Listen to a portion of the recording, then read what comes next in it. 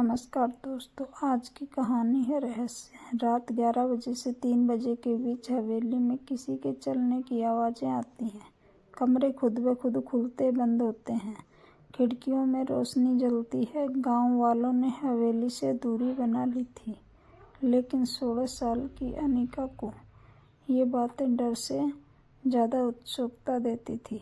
वह तेज दिमाग वाली, सोचने वाली, सवाल पूछने वाली लड़की थी।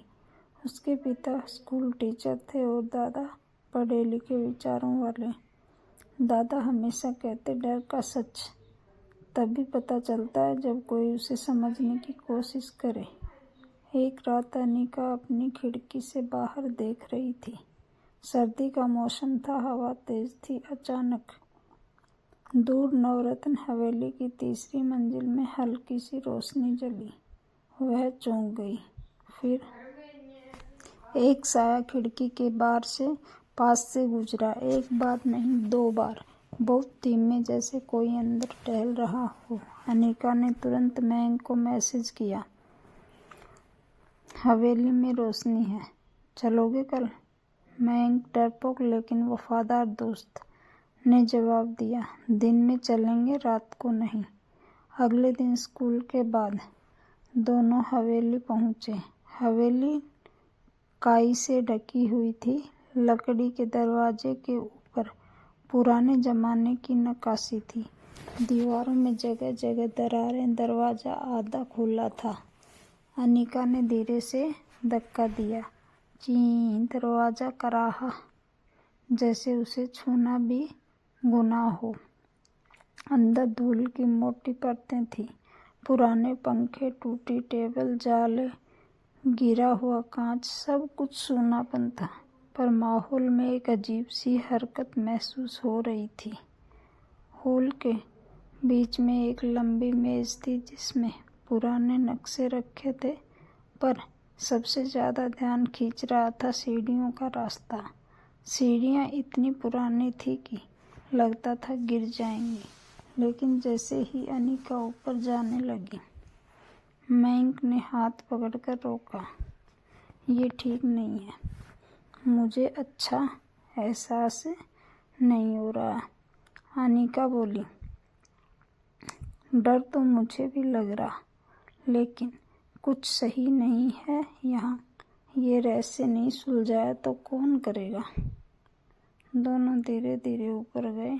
दूसरी मंजिल पर टंगे पुराने पोर्ट्रेट्स हवा में हिल रहे थे, जैसे किसी ने उन्हें अभी अभी छुआ हो। मयंक ने बेचैनी से कहा, ये फ्रेम खुद क्यों हिल रहे हैं? अनिका ने जवाब दिया, ये हवा होगी शायद। पर उसके मन में भी सवाल थे।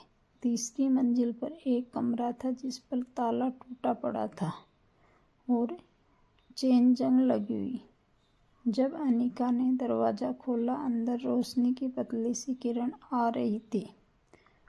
कमरा छोटा था, लेकिन कमरे में 3 चीज़ें खास थीं। एक पुरानी डायरी, एक चाबी का गुच्छा, दीवार पर टंगा पारिवारिक चित्र। चित्र के कोने में नाम लिखा था वीरेंद्र सिंह, और साथ एक 6 साल की बच्ची। अनिका ने फोटो ध्यान से देखी। बच्ची की आंखें बहुत परिचित लग रही थी, जैसे उसने कहीं देखी हो। डायरी का पहला पन्ना खोला। उसमें लिखा था, अगर ये डायरी किसी के हाथ लगे तो समझ लेना कि मुझे घर वालों ने नहीं, किसी ने हवेली में ही कैद कर दिया है। अनिका के हाथ कांप गए। मयंक डर कर पीछे हट गया। रात को अनिका ने दादा से पूछा, दादा, वीरेंद्र सिंह कौन थे? दादा ने थोड़ी देर चुप रहकर कहा, वो मेरे चाचा थे, हवेली के मालिक, बहुत सीधे सच्चे सज्जन, लेकिन एक दिन गायब हो गए, किसी को नहीं मिला। हमने समझा वो पहाड़ में खो गए। अनिका सोचने लगी, अगर वो खोए नहीं थे तो क्या हवेली में ही उन्हें बंद किया गया था? ये सवाल उसकी रात की नींद ले गया। अगले दिन दोनों फिर हवेली पहुंचे। इस बार उन्होंने निचली मंजिल को ध्यान से देखा। एक दीवार पर निशान थे, हल्के से खरोंचे हुए, जैसे किसी ने टिक कर काफी समय तक उसे छुआ हो या वहीं बैठा रहा हो। एक लकड़ी के फर्श को ठोकने पर खाली आवाज आई। मयंक बोला, इसके नीचे कुछ है। दोनों ने फर्श हटाया। नीचे एक अंधेरा तहखाना। तहखाने में सीढ़ियाँ थी और बहुत ठंडी हवा आ रही थी। नीचे जाने पर लोहे के बक्से, पुराने कपड़े और दीवारों पर ताज़ा हाथ के निशान मिले। मयंक घबरा गया। ये ताज़ा निशान है, मतलब यहाँ कोई रहता है। अचानक ऊपर से कदमों की भारी आवाज़ें आई, ठक ठक ठक, जैसे कोई बड़ा आदमी चल रहा हो। दोनों डरकर पीछे छिप गए। अचानक तहखाने का दरवाजा हिला। एक साया नीचे उतरने लगा। उसकी चाल धीमी लेकिन भारी थी। अनिका ने टॉर्च बंद कर ली। खामोशी। साया करीब आया और जैसे ही नीचे पहुंचा, अनिका की सांस रुक गई। चेहरे पर लंबी दाढ़ी, पतली आंखें, कमजोर शरीर और होठों पर कांपती आवाज। कौन है? अनिका ने हिम्मत करके कहा। आप कौन हैं? वो आदमी थरथरा गया, जमीन पर बैठ गया और धीमे से बोला, मैं वीरेंद्र सिंह। मयंक चौंक कर पीछे हट गया। वीरेंद्र सिंह जिंदा थे?